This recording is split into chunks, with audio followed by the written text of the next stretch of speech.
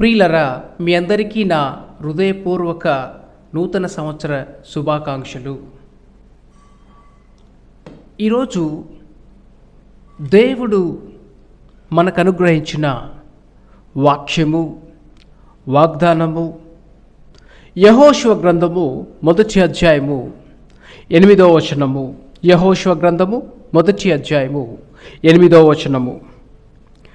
ఈ ధర్మశాస్త్ర గ్రంథమును నీవు బోధింపక తప్పిపోకూడదు. దానిలో రాయబడిన వాటన్నిటి ప్రకారము చేయుటకు నీవు జాగ్రత్త పడునట్లు దీవారాత్రము దాని ధ్యానించెడలా నీ మార్గమును వర్ధిల్ల చేసుకొని చక్కగా ప్రవర్తించెదవు. నీ మార్గమును వర్ధిల్ల చేసుకొని చక్కగా ప్రవర్తించెదవు. అంటే నూతన సంవత్సరంలో మన జీవితాలు ఎలా ఉంటాయో, మన మార్గములు ఎలా ఉంటాయో, ఎటువంటి పరిస్థితుల గుండా మనం వెళ్ళవలసి ఉంటుందో అని ఆలోచనలో మనం ఉంటాము. అయితే దేవుడు మనకు చెప్పేది ఏంటంటే, నీ మార్గములో నువ్వు వర్ధిల్లాలంటే, నువ్వు చక్కగా ప్రవర్తించాలంటే చేయవలసిన కార్యమును గూర్చి దేవుడు ఈ వాక్యంలో మాట్లాడడం జరిగింది. అయితే ఈ వాక్యమును వివరించడానికి ముందుగా నేను ఒక సంఘటన చెబుతాను. ఒక కుట్టు మిషన్ పనిచేసే టైలర్ ఆమె పని ఏంటంటే మిషన్ అంటే బట్టలు కుట్టడము. ఆమె తనకు ఒక మిషన్ కావాలని మిషన్ల షాప్కి వెళ్ళిందట. షాప్కి వెళ్ళినప్పుడు ఆ మిషన్ షాప్లో రకరకాల మిషన్లను ఆమె చూసిందట.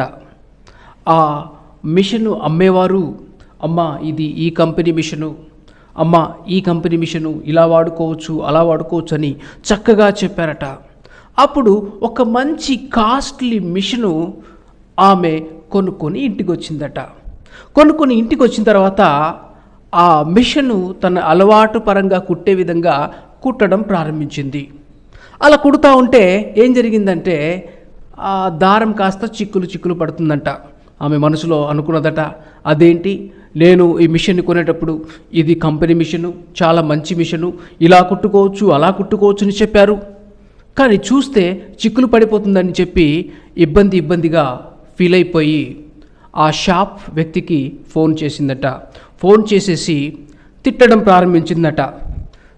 ప్రారంభించి, ఏమండి మీరు ఇలా చెప్పారు అలా చెప్పారు, ఈ మిషన్ సరిగా పనిచేయట్లేదు అని చెప్పి ఆమె తిట్టడం అంతా ముగించేసిన తర్వాత ఆ షాప్ వ్యక్తి ఆమెతో మాట్లాడారట. అమ్మా మీరేమనుకోవద్దు, మీరు తప్పుగా అనుకోవద్దంటే నేను ఒక విషయం చెప్తాను.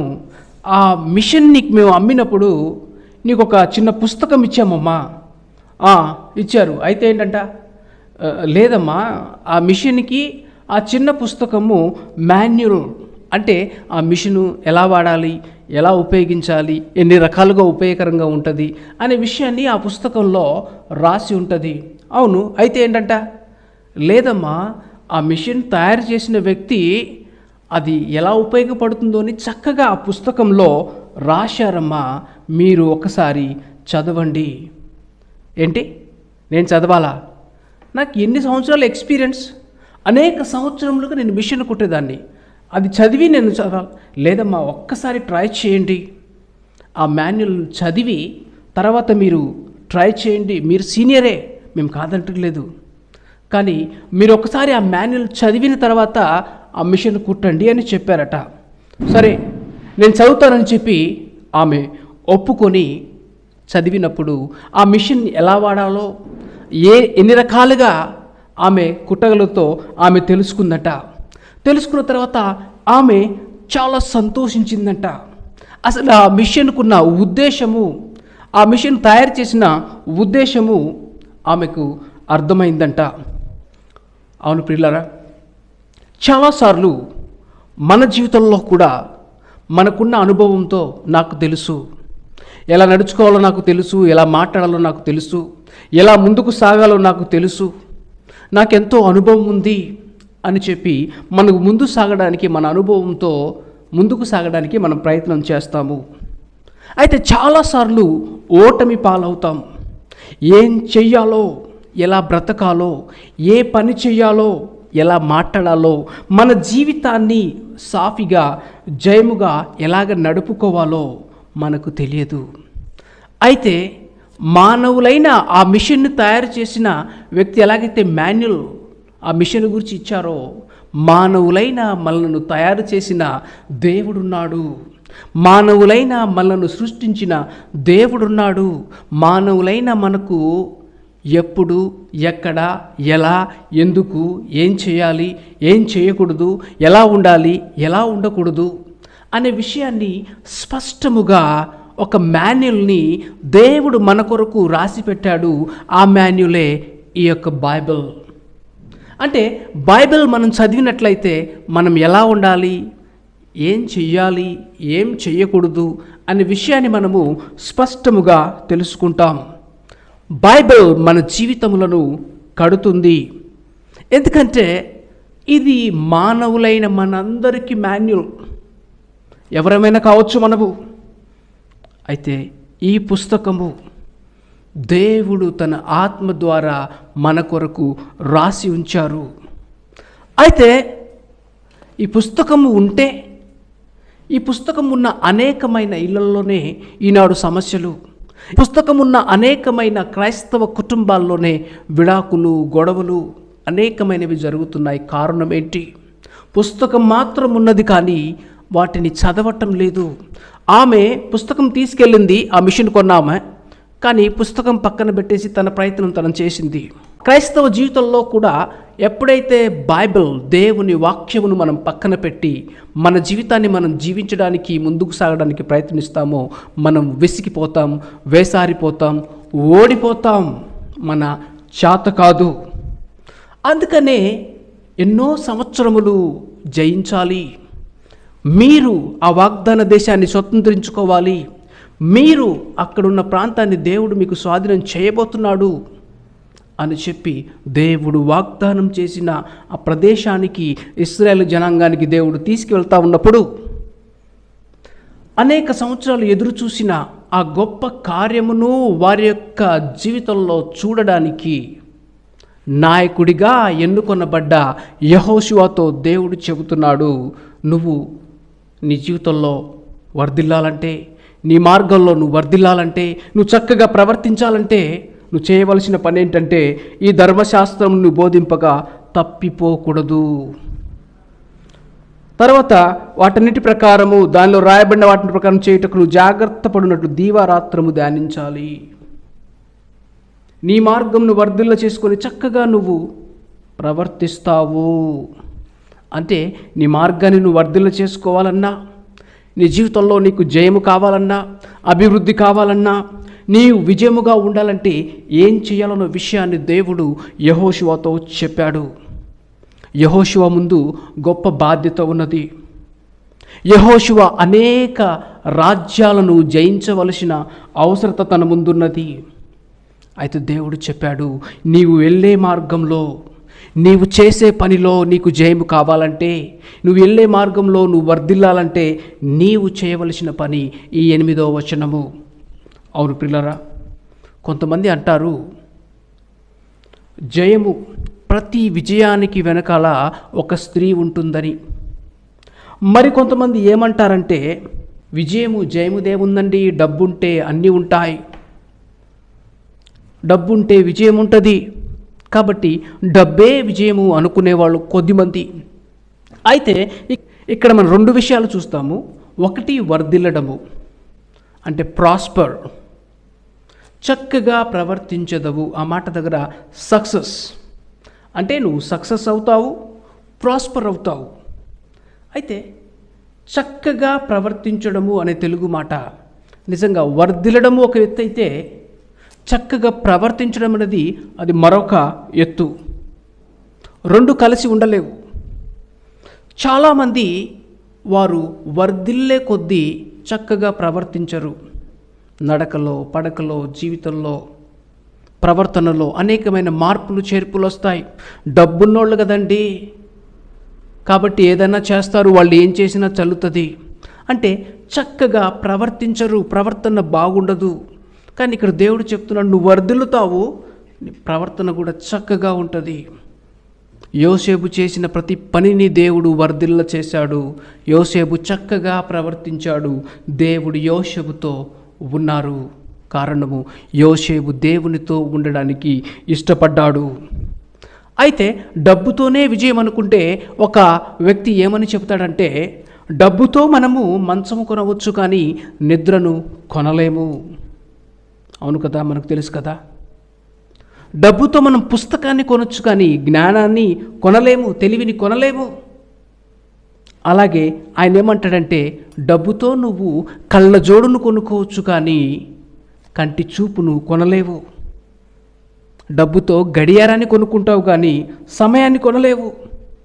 అలాగే డబ్బుతో మనం అనేకమైన వస్తువులు కొనవచ్చును కానీ డబ్బుతో సంతృప్తిని మనము కొనలేము. అవును పిల్లరా, కొద్దిమంది అనుకుంటారు సక్సెస్ అయితే, విజయం సాధిస్తే అదే జీవితం అని. ఈ లోకంలో కొంతమంది తలంచారు విజయవంతం అంటే జయకరంగా జీవించడం అంటే శక్తిని కలిగి ఉండడం అని, పవర్. కానీ అది సత్యం కాదు. ఉదాహరణ, హిట్లర్కి అధికార శక్తి ఉండినది. హిట్లర్ లాగా ముస్సోలిని అనే కొంతమంది తీవ్రవాదులు ఎవరైతే ఉంటారో వాళ్ళు ఏంటంటే మరొకరిని చంపడానికి శక్తి కలిగి ఉండి వారి విజయము వర్ధిల్లతను పొందలేదు. కారణము, వారు వర్ధిల్లినట్టు, వారు జయము పొందినట్లు మనుషుల దృష్టికి కనిపించారు కానీ వారు చక్కగా ప్రవర్తించలేదు, వారు బుద్ధిమంతులుగా ప్రవర్తించలేదు. అంటే నేను చెప్తున్నాను, అంటే వర్ధిల్లడము ఒక ఎత్తు అయితే చక్కగా ప్రవర్తించడం అనేది మరొక ఎత్తు. శక్తి ఉండొచ్చు, అధికారం ఉండొచ్చు, దాన్ని చక్కగా వాడుకోవడం అనేది మరొక ఎత్తు. అవును పిల్లరా, వర్ధిల్లడము, విజయం పొందడము ప్రతి ఒక్కరం ఆశిస్తాము, వర్ధిల్లాలని. కానీ చక్కగా ప్రవర్తించాలని ఎంతమంది ఆశిస్తాం. కానీ దేవుడు ఇచ్చే విజయం ఎలా ఉంటుందంటే మనని విజయాన్ని ఇచ్చి పాడు చేసే విధంగా ఉండదు. దేవుడు మన విజయమునిచ్చి చక్కగా ప్రవర్తించే విధముగా చేస్తాడు. విజయముతో పాటు చక్కగా ప్రవర్తించడము, బుద్ధిగా నడుచుకోవడము దేవుడు చేసే పని. అయితే వర్ధిల్లత, చక్కగా ప్రవర్తించడము, ఇవి రెండు నీ మార్గంలో ఉంటాయని చెప్పి దేవుడు యెహోషువతో చెప్పాడు. అయితే యెహోషువ చేయాల్సిన పని ఏంటి? దీవారాత్రము దేవుని వాక్యమును ధ్యానించాలి. 8వ వచనం మనం చూసినట్లయితే, ఈ ధర్మశాస్త్ర గ్రంథమును నువ్వు బోధింపక తప్పిపోకూడదు. ఏం చేయాలి? ఈ ధర్మశాస్త్ర గ్రంథమును నువ్వు బోధింపక తప్పిపోకూడదు. ఇంగ్లీష్లో ఎలా ఉంటుందంటే, ఈ గ్రంథము నీ నోటిలో ఉండాలి, ఎల్లప్పుడూ నీ పెదవులపై ఉంచుకోవాలి. ఎల్లప్పుడూ దేవుని మాటలు నీ నోటిలో ఉండాలి, నీ పెదవులపై ఉంచుకోవాలి. మరొక ట్రాన్స్లేషన్ గ్రంథంలో ఎలా ఉంటుందంటే, ఎడతెక్కగా చదువు ఈ గ్రంథాన్ని, బోధించడం ఎన్నడూ ఆపొద్దు. ఈ మాటలు బోధించడం కూడా ఎప్పుడు నువ్వు ఆపొద్దు, ఎల్లప్పుడూ ఉండాలి. అయితే తమిళ్ బైబిల్లో ఏముంటుందంటే, ఈ గ్రంథము నీ నోట నుండి తప్పిపోకూడదని రాయబడి ఉంది. అంటే నువ్వు నోటి నుంచి వెళ్ళకూడదు, నీ నోటి నుంచి ఈ మాటలు వెళ్ళకూడదు. జయ జీవితానికి ఆరంభము నోరు. మన నోరు దేవుని మాటలతో నింపబడాలి. అదే దేవుడు ఇశ్రాయేలు ప్రజలతో చెప్పారు. ద్వితీయోపదేశకాండము 6వ అధ్యాయము 6 నుంచి 9 వచనాలు. ద్వితీయోపదేశకాండము 6వ అధ్యాయము 6 నుంచి 9 వచనాలు. నేడు నేను నీకు ఆజ్ఞాపించు ఈ మాటలు నీ హృదయంలో ఉండవలెను. నీవు నీ కుమారులకు వాటిని అభ్యసింపజేసి నీ ఇంట కూర్చుండునప్పుడును, త్రోవను నడుచున్నప్పుడును, పండుకొనున్నప్పుడును, లేచున్నప్పుడును వాటిని గూర్చి మాట్లాడవలెను. సూచనగా వాటిని చేతికి కట్టుకొనవలెను. అవి నీ కన్నుల నడుమ బాసికముల వలె ఉండవలెను. నీ ఇంటి ద్వార బంధముల మీదను, నీ గౌనుల మీదను వాటిని రాయవలెను. దేవుని మాటలు హృదయంలో ఉండాలి, వాటిని మనం అభ్యసించాలి. దేవుని మాటలు మనం మాట్లాడాలి, పాటించాలి. ఆనాడు యెహోషువతో ఈ ధర్మశాస్త్ర గ్రంథమును పాటించాలని చెప్పిన దేవుడు, ధర్మశాస్త్ర గ్రంథం అంటే మనకు తెలుసు, ఆదికాండము, నిర్గమకాండము, లేవియాకాండము, సంఖ్యాకాండము, ద్వితీయోపదేశకాండము, ఈ 5 పుస్తకాలు. అయితే ఈనాడు దేవుడు మనకు చెప్పేది ఏంటంటే, ఈ బైబిల్ గ్రంథమంతటిని ప్రకారం మనం నడుచుకోవాలని. ఈ బైబిల్ గ్రంథంలో 66 పుస్తకాలు ఉన్నాయి. ఈ 66 పుస్తకాల ప్రకారం మనం నడుచుకోవాలని దేవుడు మన నుండి ఆశిస్తున్నారు. అయితే ప్రియులారా, మనం గమనించాలి, ఈ పరిశుద్ధ గ్రంథము దేవుని యొక్క మనస్సును, మన యొక్క స్థితిని, రక్షణ మార్గమును, పాపుల వినాశనము, విశ్వాసుల సంతోషము బైబిల్లో ఇమిడి ఉంది. ఈ బైబిల్ యొక్క ఉపదేశములు, కట్టడములు పవిత్రమైనవి, పాటించదగినవి. మనము జ్ఞానులముగా ఉండడానికి దీన్ని చదవాలి. పరిశుద్ధముగా జీవించడానికి బైబిల్ని మనం అభ్యసించాలి, అంటే పాటించాలి. పరిశుద్ధంగా జీవించాలంటే ఈ మాటలు మనము పాటించాలి. ఈ బైబిల్ గ్రంథము మనల్ని ప్రోత్సహిస్తుంది. అంత మాత్రం కాకుండా ఈ బైబిల్ గ్రంథము మనల్ని ఆదరిస్తుంది, నడిపిస్తుంది. అందుకనే దేవుడు యెహోషువతో చెప్పాడు, దీవారాత్రము ధ్యానించమని. అయితే బైబిల్ కలిగి ఉన్న మనలో ఎంతమందిమి దేవుని మాటలు చదువుతున్నాము? ఎంతమందిమి దేవుని మాటలు పాటించడానికి, ధ్యానించడానికి ఇష్టపడుతున్నాము? అయితే ఈ బైబిల్ యొక్క ప్రధాన సారాంశము, ప్రాముఖ్య సారాంశం ఎవరంటే యేసు ప్రభు. 66 పుస్తకాల్లో యేసు ప్రభును మనం చూడవచ్చు. ఈ బైబిల్ యొక్క గురి ఏంటంటే దేవుణ్ణి మహిమపరచడము. బైబిల్ గురి ఏంటంటే దేవుణ్ణి మహిమపరచడము, మనల్ని బాగు చేయడము. అందువలన దీనితో మనము మన మనసును, మన హృదయమును, మన నోటిని నింపుకోవాలని దేవుడు మన నుండి ఆశిస్తున్నాడు. మరొక మాటలో చెప్పాలంటే ఈ బైబిల్ ఒక ఐశ్వర్య గని, ధననిధి అని చెప్పవచ్చు. దేవుడు మనకు అనుగ్రహించిన ఐశ్వర్యము బైబిల్. ఇందులో మనకు కావాల్సినంత ఉంటుంది. అయితే ఇందులో రాయబడిన వాక్యమును మనము చులకనగా ఎంచితే శిక్షకు పాత్రులుగా మనల్ని చేస్తుంది. యెహోషువతో దేవుడు ప్రత్యక్షంగా దర్శనంలో మాట్లాడాడు. అంతేకాదు, ఆ దినాల్లో ప్రజలకు దేవుని చిత్తము తెలుసుకోవడానికి ఆనాటి ప్రధాన యాజకులు ఊరిం, తుమ్మిమని వాడేవాళ్ళు. అంటే దేవునితో సంబంధం కలిగిన వారు. అయినప్పటికీ దేవుడు చెప్పినది ఏంటంటే ఆయన ధర్మశాస్త్ర గ్రంథమును పాటించాలని, ధ్యానించాలని, దేవుని వాక్యమును చదవాలని దేవుడు చెప్పారు. ద్వితీయోపదేశకాండం 31వ అధ్యాయము 9 నుంచి 13 వచనాలు మనం చూసినట్లయితే, ద్వితీయోపదేశకాండము 31, 9 నుంచి 13. మోషే ఈ ధర్మశాస్త్రమును రాసి యెహోవా నిబంధన మందసమును మోయు యాజకులైన లేవీయులకును ఇశ్రాయేలుల పెద్దలందరికీ దాన్ని అప్పగించి వారితో ఇట్లనెను, ప్రతి 7వ సంవత్సరాంతమున, అనగా నియమింపబడిన గడువు సంవత్సరమున, నీ దేవుడైన యెహోవా ఏర్పరచుకొను స్థలమందు ఇశ్రాయేలందరూ ఆయన సన్నిధిని కనబడి పర్ణశాలల పండుగను ఆచరించినప్పుడు ఇశ్రాయేలందరిదుట ఈ ధర్మశాస్త్రమును ప్రకటించి వారికి వినిపింపవలెను. మీ దేవుడైన యెహోవాకు భయపడి ఈ ధర్మశాస్త్ర వాక్యమన్నిటిని అనుసరించి నడుచుకున్నట్లు పురుషులేమి, స్త్రీలేమి, పిల్లలేమి, నీ పురములోనున్న పరదేశులేమి వాటిని విని నేర్చుకుంటకై అందరినీ పోగు చేయవలెను. అలాగూ నేర్చుకునేలా దాన్నెరుగని వారి సంతతి వారు దాన్ని విని మీరు స్వాధీనపరుచుకుంటకు యొర్దానుకు దాటబోచున్న దేశమును మీరు బ్రతుకు దినములన్నీ మీ దేవుడైన యెహోవాకు భయపడుట నేర్చుకొందురు. అంటే దేవుని మాటలు అందరూ వినాలి. చిన్నలని, పెద్దలని, యవనస్తులని, పిల్లలని ఏమీ లేదు. ఈవెన్ ఎవరైతే పొరుగువారు ఉంటారో, అంటే ఇక్కడ దేవుని మాటలు మనకు చెప్పేది ఏంటంటే అందరట మీ పురములో ఉన్న పరదేశులేమి, వాళ్ళు కూడా దేవుని మాటలు వినాలి. ఎందుకని? దేవుని యొక్క ఉద్దేశం ఏంటంటే దేవుని యొక్క భయమును వాళ్ళు నేర్చుకుంటారు. దేవునికి భయపడడం వారు నేర్చుకుంటారు. కాబట్టి వారు దేవుని మాటలు వినాలి. బైబిల్ మనకు చెప్పేది ఏంటంటే దేవుని యందలి భయము కీర్తిని, మహిమను, ఘనతను, ఐశ్వర్యమును మనకు అనుగ్రహిస్తుందని. కాబట్టి దేవునందు భయమును వారు కలిగి ఉండాలని దేవుడు ఆశిస్తున్నాడు. అందుకనే దేవుని యొక్క మాటలను మనము నిర్లక్ష్యం చేయకూడదు.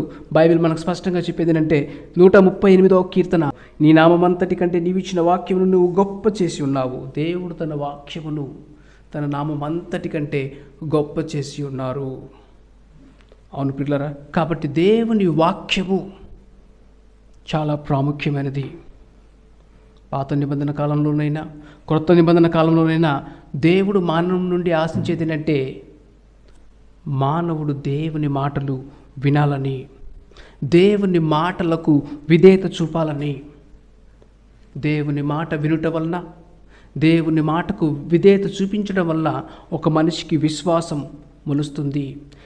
వాక్యము యేసు ప్రభు, వాక్యం వినుట ద్వారా విశ్వాసం వస్తుంది. యేసు ప్రభు చెప్పారు, ఒక వ్యక్తి నన్ను ప్రేమించిన యెడల నా ఆజ్ఞలు గైకొనును. అవును పిల్లరా, ఒక వ్యక్తి నన్ను ప్రేమిస్తే నా ఆజ్ఞ గైకొంటాడు. అప్పుడు నేనును నా తండ్రి అతన్ని ప్రేమించి అతని దగ్గరికి వస్తాము.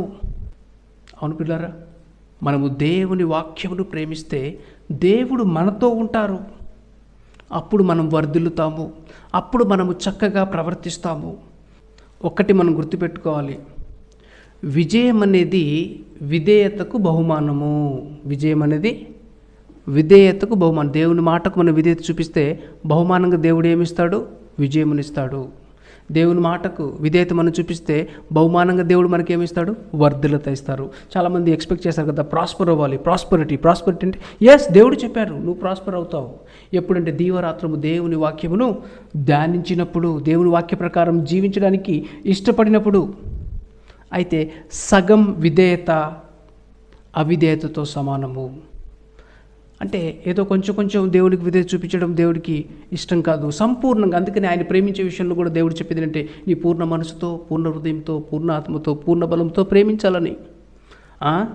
దేవుని ప్లేస్లో సగం నేను దేవుణ్ణి ప్రేమిస్తానండి, డబ్బును ప్రేమిస్తానండి, నేను దేవుణ్ణి ప్రేమిస్తానండి, వస్తువును ప్రేమిస్తానండి, నేను దేవుణ్ణి ప్రేమిస్తానండి, బంగారాన్ని కూడా ప్రేమిస్తానండి, అది నా హృదయంలో నుంచి విగ్రహంగా అది నా హృదయం నుంచి పోదండి. అప్పుడు అది విధేయత కాదు, అది దైవ భయము కాదు.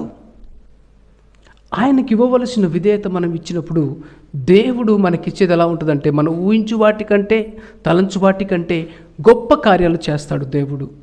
ఆ గొప్ప కార్యాలు చేయడానికే దేవుడు యెహోషువతో చెప్పిన మాట ఏంటంటే, యెహోషువ గ్రంథం 1:8 చూసినట్లయితే, ఈ ధర్మశాస్త్రం నువ్వు బోధింపక తప్పిపోకుండా దానిలో రాయబడిన వాటిని ప్రకారం చేయుటకు నువ్వు జాగ్రత్త పడినట్లు దీవరాత్రము దాన్ని ధ్యానించాలి.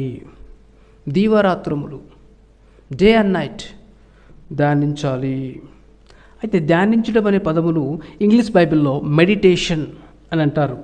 అంటే అర్థము పాండర్, అంటే జాగ్రత్తగా ఆలోచించడము, అంటే జాగ్రత్తగా యోచించడము. ఇంకో మాట చెప్పాలంటే దీర్ఘంగా ఆలోచించు, అంటే దేవుని మాటను గూర్చి ఆలోచించాలి.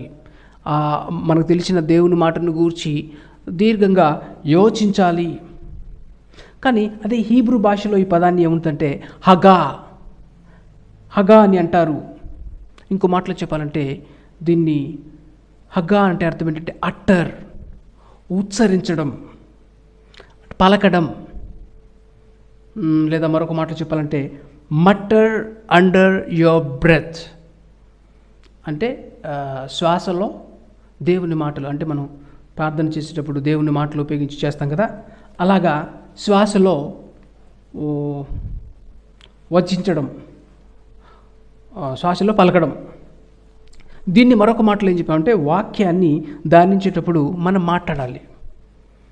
దేవుని వాక్యాన్ని ధ్యానించేటప్పుడు మనము మాట్లాడాలి, అంటే బయటికి, లేదా ఆయన వాక్యాన్ని ఒప్పుకోవాలి. దేవుని మాటలు మాట్లాడాలి లేదా ఆయన వాక్యాన్ని ఒప్పుకోవాలి. అంతేగాని కూర్చొని మానసికంగా అలా కూర్చొని స్తోత్రం స్తోత్రం స్తోత్రం స్తోత్రం దేవా అలా కాకుండా దేవుని మాటను మనము ఉచ్చరించాలి, ధ్యానించాలి. దీని అర్థము చెప్పాలంటే మనము ఏ విషయంలో అయితే, ఇప్పుడు ఏ విషయంలో అయితే దేవుని కార్యాలు చేయాలని మనం ఆశపడతామో, లేకపోతే ఏ విషయంలో అయితే ఈ కార్యం జరగాలని మనం ఆశిస్తామో దాని విషయమై దేవుని వాక్య అధికారాన్ని మనం ఒప్పుకోవాలి. అంటే మనం చదివిన వాక్యాన్ని మరలా జ్ఞాపకం చేసుకొని అన్ని కోణాలలో ఆలోచించాలి. ఆ వాక్యాన్ని మన పరిస్థితులకు అన్వయించుకునేటట్లు ధ్యానించాలి. మన పరిస్థితులకు ఎలా అన్వయించుకోవాలో మనము అన్ని కోణాల్లో ఆలోచించినప్పుడు మనకు అర్థమవుతుంది. ఈజీగా దేవుని వాక్యం మనకు అర్థమవుతుంది. అందుకని ధ్యానించడం ద్వారా మరింతగా మనము దేవుని వాక్యాన్ని అర్థం చేసుకుంటాము, జ్ఞాపకం చేసుకునే అవకాశం ఉంటుంది. ఉదాహరణ, ఆవులు గడ్డిని రోజంతా మేసి వచ్చిన తర్వాత నైట్లో కూర్చొని మరలా తీసుకొచ్చి వాటిని జీర్ణం చేసుకుంటాయంట. మరలా నోట్లోకి తెచ్చి నములుతాయంట. తద్వారా అంటే మనం విన్న వాక్యము, చదివిన వాక్యాన్ని మరలా జ్ఞాపకం చేసుకొని ఆ వాక్యమును గూర్చి ఆలోచించాలి. తద్వారా ఆ వాక్యము మనలో రాయబడే అవకాశం ఉంటుంది, ఆ వాక్యం మనలో ఉండే అవకాశము ఉంటుంది. అదే యేసు ప్రభు దేవుని వాక్యమును గూర్చిన ప్రాముఖ్యతను గూర్చి ఆయన చెప్పారు. యోహాను సువార్త 5వ అధ్యాయము 24వ వచనము. యోహాను సువార్త 5వ అధ్యాయము 24వ వచనము.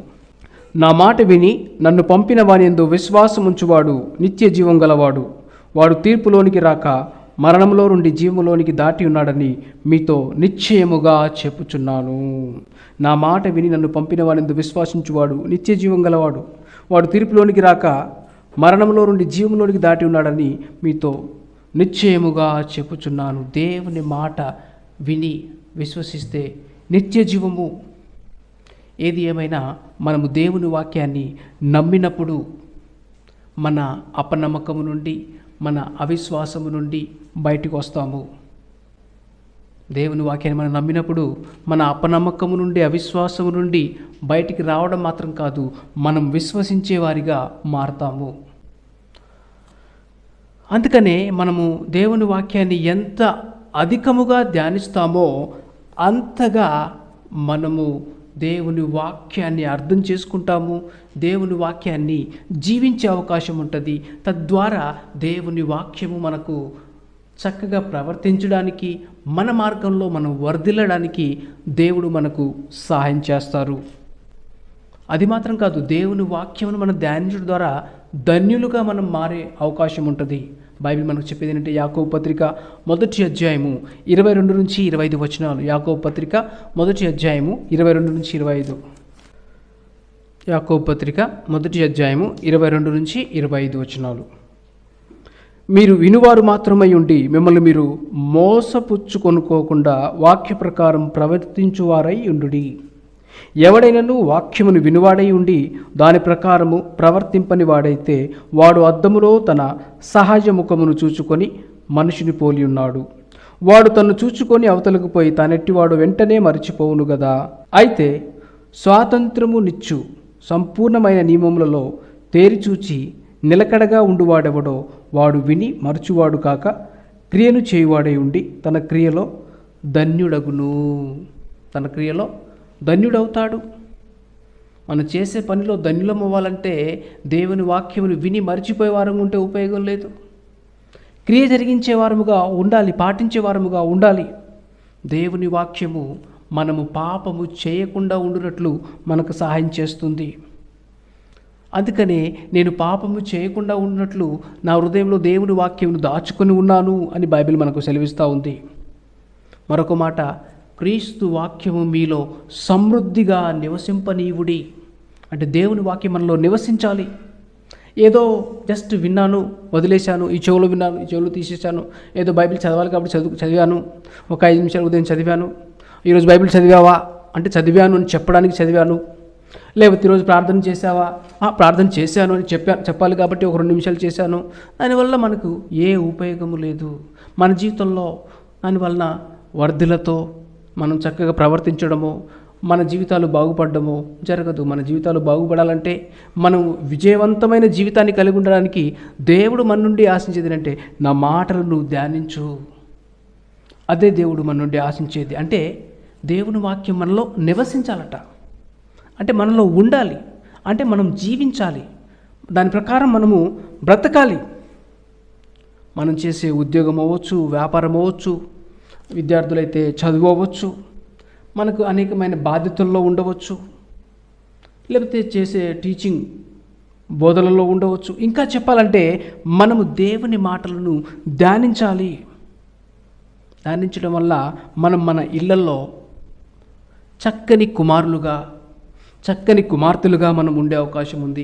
దేవుని వాక్యాన్ని మనం ధ్యానించడం వల్ల మంచి జ్ఞానమైన భార్యగా మారే అవకాశం ఉంది.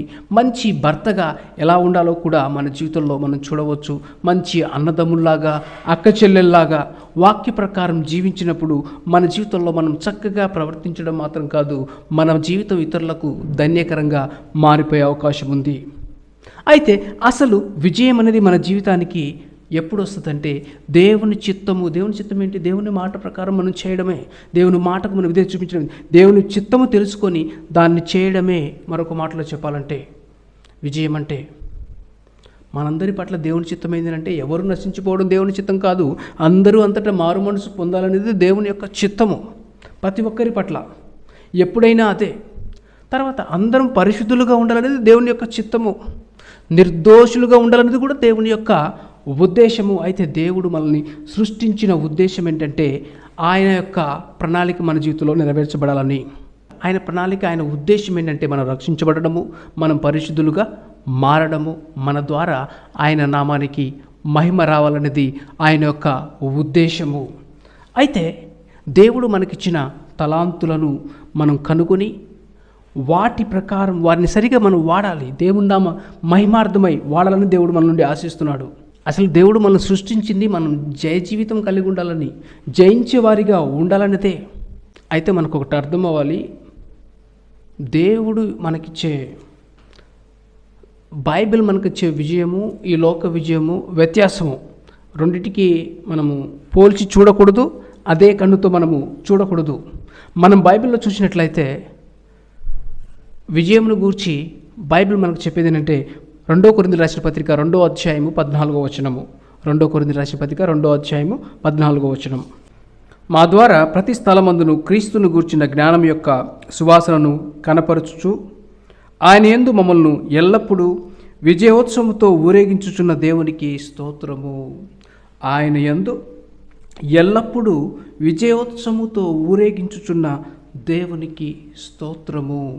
ఇక్కడ ఎల్లప్పుడూ, ఆల్ ద టైమ్ ట్రయంఫ్ అని అపోస్తలుడైన పౌలు గారు పలుకుతున్నారు. అయితే విజయం అంటే ఆయనకి కష్టాలు లేవా, నష్టాలు లేవా, దెబ్బలు లేదా? దెబ్బలు తిన్నాడు, కష్టాలు వచ్చినాయి, నష్టాలు వచ్చినాయి, కానీ ఈ మాటలు చెప్పగలిగాడు. అది ఎలా సాధ్యమంటే దేవుని వాక్యానుసారంగా జీవించడమే. అంతేకాకుండా జ్ఞాని పలుకుతున్న మాటలను మనం చూసినట్లయితే ప్రసంగి గ్రంథము 12వ అధ్యాయము 13, 14 వచనాలు. ప్రసంగి గ్రంథము 12వ అధ్యాయము 13, 14 వచనాలు. ఇదంతయు విన్న తర్వాత తేలిన ఫలితార్థమిదే, దేవుని యందు భయభక్తులు కలిగి ఉండి ఆయన కట్టడలను అనుసరించి నడుచుచుండవలెను. మానవ కోటికి ఇది ఏ విధి. గూఢమైన ప్రతి అంశమును గూర్చి దేవుడు విమర్శ చేయనప్పుడు ఆయన ప్రతిక్రియను అది మంచిదే కానీ చెడ్డదే కానీ తీర్పులోనికి తెచ్చును. అయితే ఇక్కడ మనం చూసినట్లయితే ఇదంతయు విన్న తర్వాత తేలిన ఫలితార్థం ఇదే, దేవుని యందు భయభక్తులు కలిగి ఉండి ఆయన కట్టడను అనుసరించి నడుచుకుంటున్న వల్లని మానవ కోటికి ఇది ఏ విధి. దేవుడు మానవులైన మనకు ఒక విధిని పెట్టాడు, ఏంటంటే మనం భయభక్తులు కలిగి ఉండాలన్నదే దేవుడు ఆశిస్తున్నాడు.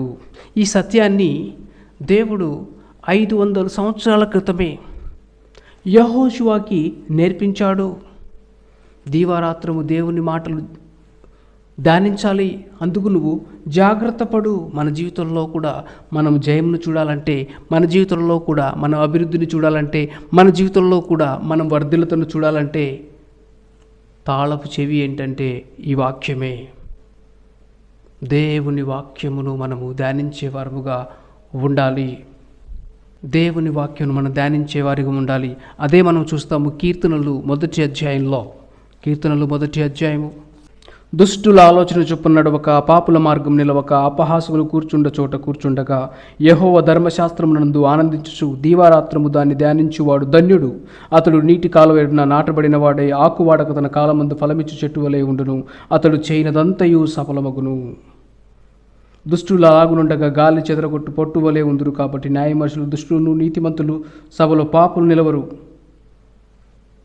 ఇక్కడ మనం చూసినట్లయితే ఈ మొదటి 3 వచనాల్లో అతడు చేయనదంతయు సఫలమగును. దీవారాత్రము దేవుని వాక్యమును మనము ధ్యానించాలి. ధ్యానించేటప్పుడు మనం ఎలా ఉంటామట? మనం పొట్టులాగా ఉండమట, చెట్టులా ఉంటామట. దుష్టులు అలాగునుండక గాలి చెదరగొట్టు పొట్టు వలె ఉందురు. అయితే ధ్యానిస్తే చెట్టులాగా ఉంటాము, ధ్యానించకుండా పోతే పొట్టులాగా ఉండే అవకాశం ఉంది. దేవుడు ఈ నూతన సంవత్సరంలో, ఈ సంవత్సరం మన నుండి ఆశించేది ఏంటంటే మనల్ని చెట్టులాగా చేయాలనేది ఆయన ఉద్దేశము. ఏదో పొట్టులాగా ఉండడం అనేది ఆయన ఉద్దేశము కాదు. కాబట్టి ఈ నూతన సంవత్సరంలో మనం ఒక డెసిషన్ తీసుకోవాలి. ప్రభువా, నేను వాక్యము ధ్యానించే విషయంలో ఇక నుంచి నిర్లక్ష్యం చేయను. నీ వాక్యము చదివే విషయంలో ఇంకా నేను నిర్లక్ష్యం చేయను. నీ వాక్యాన్ని అవిధేయత చూపించను ప్రభువా, విధేయత చూపిస్తాను అని ఒక నిర్ణయం తీసుకోవాలి, డెసిషన్ తీసుకోవాలి. దేవుని మాటల్లో శక్తి ఉంది. దేవుని మాటలు మనల్ని బాగు చేస్తాయి. దేవుని మాటలు మన జీవితానికి ఆశీర్వాదాన్ని తీసుకొస్తాయి. దేవుని మాటలు చదవడానికి ఆ రోజుల్లో అయితే ఒక ప్లేస్ నుంచి మరొక ప్లేస్కి అనేక కిలోమీటర్లు వెళ్ళేవాళ్ళు, అనేక మైళ్ళు వెళ్ళేవాళ్ళు. ఈ రోజుల్లో మన చేతిలోనే, మన ఇంట్లోనే, మన పక్కనే, మన బ్యాగులో ఉండి కూడా దేవుని వాక్యం యొక్క విలువను మనం తెలుసుకోలేకపోతున్నాము. అజ్ఞానులుగాను దయ్యము మన కన్నులకు గ్రుడ్డితనం కలగజేసి, అజ్ఞానాన్ని కలగజేసి, ఎరిగి తెలిసి బుద్ధిహీనులుగా మారేటట్లుగా చేతిలో ఉన్న బైబిల్ చదవలేకపోతున్నాం. అందువల్లనే మనకు జయము లేదు. అందువల్లనే చక్కగా ప్రవర్తించకపోవడము. అయితే దేవుడు మన నుండి ఆశిస్తున్నారు మనము దేవుని మాటలు ధ్యానించాలని. కనీసం ఈ నూతన సంవత్సరంలో సరే, ప్రభువా, ఇక నుంచి నేను నీ మాటలను నిర్లక్ష్యం చేయను. నీ మాటలు దీవరాత్రములు ధ్యానిస్తాను. ఈవెన్ పని చేస్తూ కూడా దేవుని మాటలు ధ్యానించవచ్చు, ప్రార్థించవచ్చు. ఎఫెసీయులకు రాసిన పత్రిక 4వ అధ్యాయము 22 నుంచి 24. ఎఫెసీయులకు రాసిన పత్రిక 4వ అధ్యాయము 22 నుంచి 24. కావున మునుపటి ప్రవర్తన విషయంలోనైతే మోసకరమైన దురాశ వలన చెడిపోవు మీ ప్రాచీన స్వభావమును వదులుకొని మీ చిత్తవృత్తి యందు నూతనపరచబడిన వారై నీతియు యథార్థమైన భక్తియు గలవారై దేవుని పోలికగా సృష్టింపబడిన నవీన స్వభావమును ధరించుకొనవలెను. నవీన స్వభావము మనం ధరించుకోవాలట. ఎందుకని? దేవుని పోలికగా సృష్టించబడిన, అసలు మనం సృష్టించబడిన, ఎలా సృష్టించబడ్డాము? దేవుడు యేసు ప్రభువును చూస్తూ ఆయన వలె పరిశుద్ధులుగా, నిర్దోషులుగా మనల్ని దేవుడు సృష్టించారు. మరలా ఆయన వలె, యేసు ప్రభు వలె మార్చాలన్నదే దేవుని యొక్క ఉద్దేశం మన పట్ల. అందుకనే మనం ఆయన వలె మారాలట. యథార్థమైన భక్తి గలవారై మన ప్రాచీన స్వభావాన్ని వదులుకోవాలి. పాత స్వభావము, ప్రాచీన పురుషుడు, ఆ పాత స్వభావాన్ని మనం వదులుకోవాలి. దేవుడు మన నుండి ఆశించేది. అయితే ఆ ప్రాచీన స్వభావము పోవాలంటే, మనకు నవీన స్వభావం రావాలంటే, మన ఆ పాత పాపం పోవాలంటే, అతిక్రమం దాచిపెట్టువాడు వర్ధిల్లడు, ఒప్పుకొని విడిచిపెట్టువాడు కనికరాన్ని పొందుకుంటాడు. మన పాపం మనం ఒప్పుకున్న ఎట్లా ఆయన నమ్మదగిన వాడు, నీతిమంతుడు. మన ప్రతి పాపము నుండి మనల్ని ఆయన పవిత్రులుగా చేస్తారు. మన పాపం ఎప్పటికప్పుడు ఒప్పుకొని సరిచేసుకొని పాపాన్ని దాచిపెట్టుకోకుండా.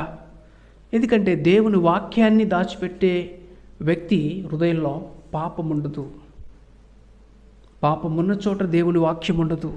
దేవుని వాక్యం ఉన్న చోట పాపం ఉండదు. ఎందుకంటే దేవుని వాక్యము వెలుగు, పాపము చీకటి. వెలుగున్న చోట చీకటి ఉండదు, పారిపోతుంది. కాబట్టి వాక్యమై ఉన్న దేవుని వెలుగై ఉన్న దేవుని వాక్యము నీలో వసిస్తే నువ్వు జయిస్తావు.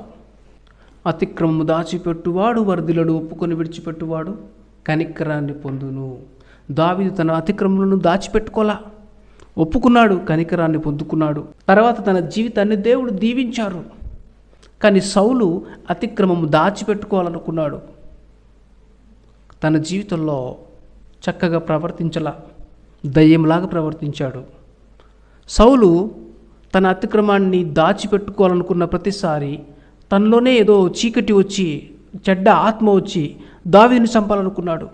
కాబట్టి పాపాన్ని దాచిపెట్టుకోవాలనుకుంటే, పాపాన్ని మనం ఒప్పుకోకుండా ఉంటే మన ప్రవర్తన మారిపోతుంది, చెడ్డగా ప్రవర్తన అయిపోతుంది. దాన్ని కప్పుకోవడానికి ఇంకో విధంగా బిహేవ్ చేస్తాము. సౌలు అదే చేశాడు, నాశనాన్ని కొని తెచ్చుకున్నాడు. తన జీవితంలో మార్గంలో వర్ధిల్లత కాదు కదా, చక్కగా కూడా ప్రవర్తించలే. తన జీవితం వల్ల తనకే ఉపయోగం లేకుండా పోయింది. కాబట్టి దేవుడు మన నుండి ఆశించేది ఏంటంటే, మనం చక్కగా ప్రవర్తించాలంటే దేవుని వాక్యమునకు మనం విధేయత చూపించాలి, దేవుని వాక్యానికి మనం ఛాన్స్ ఇవ్వాలి.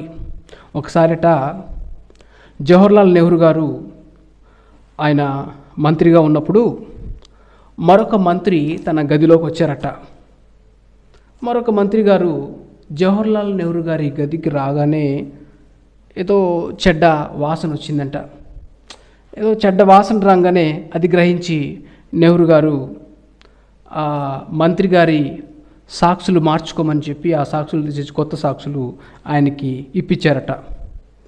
అయితే ఆ మంత్రి గారు ఆ కొత్త సాక్షులు వేసుకున్నారట. మరలా వాళ్ళిద్దరూ కలిసి కారులో ప్రయాణం చేస్తూ వచ్చారట. కారులో ప్రయాణం చేస్తున్నప్పుడు కూడా అదే వాసన వస్తుందట. అదే వాసన వస్తే జవహర్లాల్ నెహ్రూ గారు ఆ మంత్రి గారిని అడిగారట, నీ పాత సాక్షులు ఎక్కడా అని.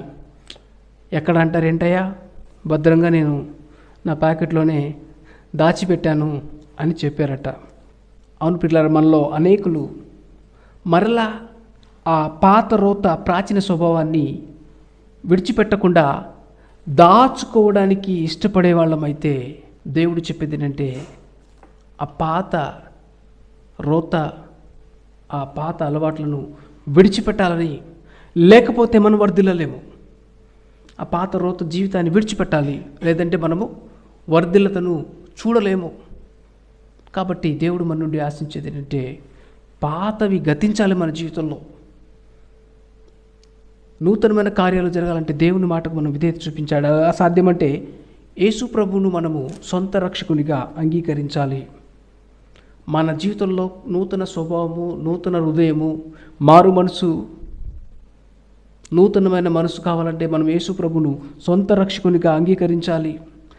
ఎవరైతే యేసు ప్రభువును సొంత రక్షకునిగా అంగీకరిస్తారో మనం చూస్తాము, దేవుడు యెహోషువతో చెప్పారు, నువ్వు వర్ధిల్లుతావు, మార్గంలో చక్కగా నడుస్తావు అని చెబుతూ 9వ వచనంలో చెప్తాడు. యెహోషువ గ్రంథము 1వ అధ్యాయం 9వ వచనంలో దేవుడు నీకు తోడుగా ఉంటాడని. అయితే యేసు ప్రభువును ఎవరైతే సొంత రక్షకునిగా అంగీకరిస్తారో, యేసు అంటే రక్షకుడు, వారికి యేసు ప్రభు ఇమ్మానుయేలుగా తోడుగా ఉంటారు. కాబట్టి యేసు ప్రభు ఆయన మనల్ని రక్షిస్తారు, మన యొక్క పాప స్వభావము నుండి, మన యొక్క పాపము నుండి. యెహోషువ జీవితంలో అదే జరిగింది. తను దేవుని మాటకు విధేయత చూపించే కొద్దీ తన జీవితంలో జయమును చూశాడు. మన జీవితంలో కూడా దేవుడు వాక్యమై ఉన్న యేసు ప్రభువును, వాక్యాన్ని ధ్యానించడం మాత్రం కాదు, వాక్య ప్రకారము జీవించినప్పుడు దేవుడు మనకు తోడుగా ఉండి మనకు జయమును అనుగ్రహిస్తాడు. నువ్వు వర్ధిల్లతను చూస్తావు, నువ్వు చక్కగా ప్రవర్తిస్తావు అని చెప్పిన దేవుడు యెహోషువ జీవితంలో వర్ధిల్లతను చూడడానికి సహాయం చేశారు. యెహోషువ గ్రంథము 12వ అధ్యాయము 7వ వచనంలో మనం చూడవచ్చు. యోర్దానుకు అవతల అనగా పడమటి దిక్కున లెబనోను లోయలోను, బయల్గదు మొదలుకొని సైరు వరకు నుండు హాలాకు కొండ వరకు యెహోషువయు ఇశ్రాయేలును జయించిన దేశపు రాజులు వీరే. యెహోషువ దానిని ఇశ్రాయేలుకు వారి గోత్రముల వారికి చొప్పున స్వాస్థ్యముగా ఇచ్చాడు. ఇక్కడ మనం చూసినట్లయితే ఈ 12వ అధ్యాయంలో దాదాపు 31 మంది రాజులను జయించాడు. యెహోషువకి దేవుడు చెప్పినట్టు నీ మార్గంలో నీకు జయం ఉంది. శత్రువులు అధికమైన వారే, కానీ వారందరినీ జయించడానికి దేవుడు యెహోషువకు సహాయం చేశారు. మనం కూడా యెహోషువ వలె, బహుశా మనకు శత్రువులు లేకపోవచ్చు. ఆనాడు యెహోషువకి బయట శత్రువులు ఉన్నారు. మనకి ఈ రోజుల్లో బయట శత్రువు ఉండకపోవచ్చు, కానీ మన లోపలే శత్రువు ఉంటాడు. మనకు శత్రువు మనమే. మన పాప స్వభావమే మనకు శత్రువు. మన పాప స్వభావమే మనల్ని జయించకుండా చేస్తుంది. మన పాప స్వభావమే, మన పాత అలవాట్లే, మన చెడ్డ అలవాట్లే మనం వర్ధిల్లకుండా మన జీవితంలో చేస్తాయి. కాబట్టి ఎలాగైతే ఆ 31 మంది రాజులను యెహోషువ జయించాడో మనము కూడా మనలో బహుశా కొన్నిసార్లు మన కళ్ళు విషయంలో, కొన్నిసార్లు మన మాటల విషయంలో, కొన్నిసార్లు మన ఆలోచనల విషయంలో, కొన్నిసార్లు మన తలంపుల విషయంలో, ఏ ఏ విషయాల్లో మనం పడిపోతున్నామో, చెడిపోతున్నామో, ఏ ఏ పాపం మనల్ని ఏలుతుందో మనకు బాగా తెలుసు. వాటిని తెలుసుకొని యేసు ప్రభు దగ్గర చెప్పాలి. ఎందుకని? ఆయనే పాపము నుండి రక్షించే ఆయన. పాపము నుండి రక్షించడానికే ఆయన వచ్చారు. మన పాపం మనం ఒప్పుకుంటే దేవుడు నమ్మదగినవాడు, నీతిమంతుడు. మన శత్రువైన ఆ పాపము నుండి మనల్ని ఆయన విడిపిస్తారు. ఆ పాపము కొరకే ఆయన మరణించారు. మన పాపము కొరకే ఆయన సిలువను మోశారు. మన పాపము కొరకే ఆయన తన రక్తమును చిందించారు. యెహోషువ రక్షకుడు, యేసు ప్రభు ఆయన మన రక్షకుడు. యెహోషువకు రక్షణనిచ్చిన దేవుడు మనకు అనుగ్రహిస్తాడు. అయితే మనము వాక్యమై ఉన్న యేసు ప్రభు వైపు మనం చూడాలి. మనము కూడా మన జీవితంలో యెహోషువ ఎదుర్కొన్న సవాళ్ళను ఎదుర్కోవాలంటే బయట కావచ్చు, లోపల కావచ్చు, మనము యేసు ప్రభు వైపు చూడాలి. వాక్యమై ఉన్న దేవుడు మన కష్ట నష్ట సమయాల్లో దేవుని వైపు చూడాలి. మన వచ్చే వ్యాధి బాధల సమయాల్లో, మన అవమాన సమయంలో యేసు ప్రభు వైపు మనం చూడాలి. ఈ లోకంలో నువ్వు ఎవరి వైపు చూసినా నీకు ఆదరణ కలగకపోవచ్చు, కానీ యేసు ప్రభు వైపు చూస్తే నీకు ఆదరణ. నీ అవమానంలో, సిగ్గులో, నిందలో, ఓటమిలో, మనం ఏ సమయంలోనైనా సరే, ఏ పరిస్థితిలోనైనా సరే ఆయన వైపు చూడొచ్చు. ఆయన వైపు చూస్తేనే రక్షణ. దైవ సేవకుడైన దానియేలు గారు ఏమని చెప్పారంటే, మన అనుదిన జీవితంలో జయము చూడాలంటే ప్రతి దినము ఉదయము మనం సిలువను ధ్యానించాలి. అంటే సిలువలో నీ కొరకు, నా కొరకై, నా రక్షణ కొరకై యేసు ప్రభు చేసిన క్రియను మనసారా ధ్యానించాలి. ప్రభు నన్ను జయశీలుగా చేయడానికే కదా, ఆ పాపం యొక్క ఫలము నేను పొందకుండా ఉండడానికే కదా, ఆ పాపము నేను జయించడానికే కదా. అంటే ఆయన భరించింది, సహించింది, సిలువను మోసింది నీ కొరకు, నా కొరకే. అంటే ధ్యానించాలి అంటే ఆ యొక్క ప్రేమను మనం అనుభవించాలి. ఆ యొక్క విడుదలను, ఆ యొక్క విమోచనను మనము చూడాలి. అందుకని ఆ భక్తుడు ఏమని చెప్పారంటే, అనుదినము ధ్యానించాలి. అనుదినము సిలువను ధ్యానించడం వల్ల మనము మన స్వీయము నుండి రక్షణ పొందుతాం. మా స్వీయ పరితాపము నుండి చిన్న చిన్న సమస్యలకి పరితాపపడతాం. చిన్న చిన్న సమస్యలకి అయ్యో నాకేనా ఇంత బాధ, నాకేనా ఇంత కష్టమని. కానీ సిలువ వైపు చూస్తే అసలు ఆ కష్టం మనకు కష్టముగా అనిపించదు. దీవారాత్రము మనం దేవుని మాటలు ధ్యానించాలి. వాక్యమై ఉన్న యేసు వైపు మనం చూడాలి. వాక్యమై ఉన్న యేసు ప్రభువును మనం ధ్యానించాలి. ఆయన వలె మనం ఉండడానికి ప్రయత్నించాలి. అంతేకాదు బైబిల్ మనకు స్పష్టంగా చెప్పేది ఏంటంటే, యెషయా గ్రంథము 45వ అధ్యాయం 22వ వచనము. యెషయా గ్రంథము 45వ అధ్యాయం 22వ వచనం. బూది గంతముల నివాసులారా, నా వైపు చూచి రక్షణ పొందుడి. దేవుడును నేనే, మరి ఏ దేవుడును లేడు. బూది గంతముల నివాసులారా, నా వైపు చూచి రక్షణ పొందుడి. యేసు ప్రభు వైపు చూస్తే రక్షణ. రక్షకుడు అది ఎటువంటి పాపమో, ఎటువంటి బలహీనతో, ఎటువంటి చెడ్డ అలవాటో, ఎటువంటి చెడ్డ వైఖరి ఏదైనా ఉండవచ్చు, ఆయన వైపు మనం చూడాలి. రక్షణ కొరకు మనము యేసు ప్రభు వైపు చూడాలి. జయము కొరకు మనం యేసు ప్రభు వైపు చూడాలి. మనం చక్కగా ప్రవర్తించాలంటే, మన ప్రవర్తన చక్కగా మారాలంటే, మన పాపము కడగబడాలంటే మనం ఆయన వైపు చూడాలి. ఎందుకంటే ఈ ప్రపంచంలో చక్కగా బ్రతికిన, పాపము లేకుండా బ్రతికిన ఏకైక ఒకే ఒక్కడు ఆయన యేసు ప్రభు. ఆయన మన బాధల్లో మన బాధ కూడా ఆయన అర్థం చేసుకుంటారట. మనము కూడా ఆయన వలె జీవించేటట్టుగా ఆయన మనల్ని చేస్తాడట. మనం చక్కగా ప్రవర్తించాలంటే ఆయన వైపు మనం చూడాలి. మనం వర్ధిల్లాలంటే ఆయన వైపు మనం చూడాలి. దేవుని వాక్యాన్ని మనం దీవారాత్రములు ధ్యానించాలి. దేవుని వాక్య ప్రకారము జీవించడానికి మనము జాగ్రత్త పడాలి. దేవుని వాక్యమును దీవారాత్రం ధ్యానించడం మాత్రం కాదు, జీవించడానికి జాగ్రత్త పడినప్పుడు దేవుడు మన మార్గమును వర్ధిల్ల చేస్తాడు. మనం చక్కగా బుద్ధిమంతురాలుగా ఉండేటట్టుగా దేవుడు చేస్తాడు.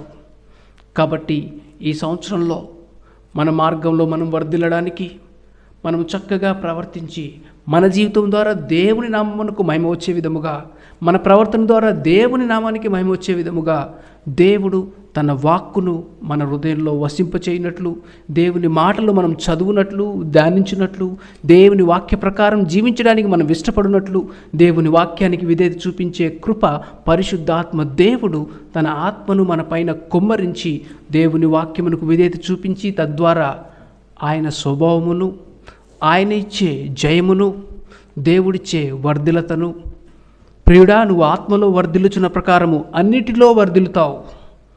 కాబట్టి మనము మన ఆత్మలో వర్ధిల్లగలిగే కృప, మన మార్గంలో వర్ధిల్లగలిగే కృప, జయమును చూడగలిగే కృప ప్రభు మనకు అనుగ్రహించినట్లు చిన్న ప్రార్థన చేసుకుందామా? చిన్న ప్రార్థన చేద్దాం. ప్రభు మమ్మల్ని ప్రేమించి మీరు మాకు అనుగ్రహించిన ఈ వాగ్దానములు బట్టి నీకు వందనములు వందనములు. ఆయన సంవత్సరాలు గతించుచున్నాయి అయా. నాయన మమ్మల్ని మీరు ప్రేమించి మీరు మాకు అనుగ్రహించిన మరొక నూతన సంవత్సరాన్ని బట్టి వందనాలు. ఈ నూతన దినమును బట్టి వందనాలు. అనేక సార్లు నీ మాటలు మేము వింటున్నాము. ఆయన మా చేతుల్లోనే మీరు ఇచ్చారు ప్రభువా, ఎటువంటి కష్టం లేకుండా. అనేక మంది ప్రాణ త్యాగము చేస్తే కానీ బైబిల్ మా చేతిలో వచ్చింది. అనేకులు వారు హతసాక్షులు అయ్యారు ప్రభువా, ఈ బైబిల్ మా చేతికి రావడానికి విలువ తెలియకపోవడం వలన. ఆయన నీ మాటల యొక్క విలువ తెలియకుండా అయా నాయన అది ధననిధి అని నాయన గ్రహించకుండా, నీ వాక్యమును విలువగా ఎంచకుండా ఏ ఒక్కరం మేము ఉండకుండా సహాయం చేయండి. నీ మాటలు ధ్యానించే వారముగా, దీవారాత్రము ధ్యానించే వారముగా, మేము చక్కగా ప్రవర్తించే విధముగా, మా జీవితంలో మార్గంలో మేము వర్ధిల్లే విధముగా, నీ మాటలో ఉన్న శక్తిని మేము చూచినట్లుగా, నాయన నీ మాట ద్వారా మేము బ్రతుకున్నట్లుగా. మనుషుడు రొట్టె వలన కాదు కానీ దేవుని నోట నుండి వచ్చి ప్రతి మాట వలన బ్రతుకునని, నీ మాట వలన బ్రతికి జీవించి నిన్ను మహిమపరిచి నీ యొక్క నిత్య ఉద్దేశం ప్రణాళిక మా ఒక్కొక్కరి జీవితంలో నెరవేర్చబడినట్లు సహాయం చేయమని ఈ వాక్యం విన్న ఒక్కొక్కరిని మీరు దీవించండి ప్రభువా. నీ వాక్యము ఆయన పంపి వారికి ఎవరైతే అవసరతలో ఉన్నారో, ఏ అవసరత ఉన్నదో ప్రభువా, నీ వైపు చూచే కన్నులు దయచేసి వారు వాటిలో నుంచి రక్షణను చూచినట్లు, జయమును చూచినట్లు, జయకరంగా జీవించినట్లు ఈ సంవత్సరం అంతటికి కావలసిన కృపను మాకు అనుగ్రహించమని పరిశుద్ధాత్మ తండ్రి మీ ఆత్మచేత సర్వశక్తిలోకి నడిపించి మీ నామమునకు మా జీవితం ద్వారా మహిమ తీసుకురమ్మని యేసు నామమున ప్రార్థించి వేడుకొనుచున్నాము తండ్రి. ఆమేన్.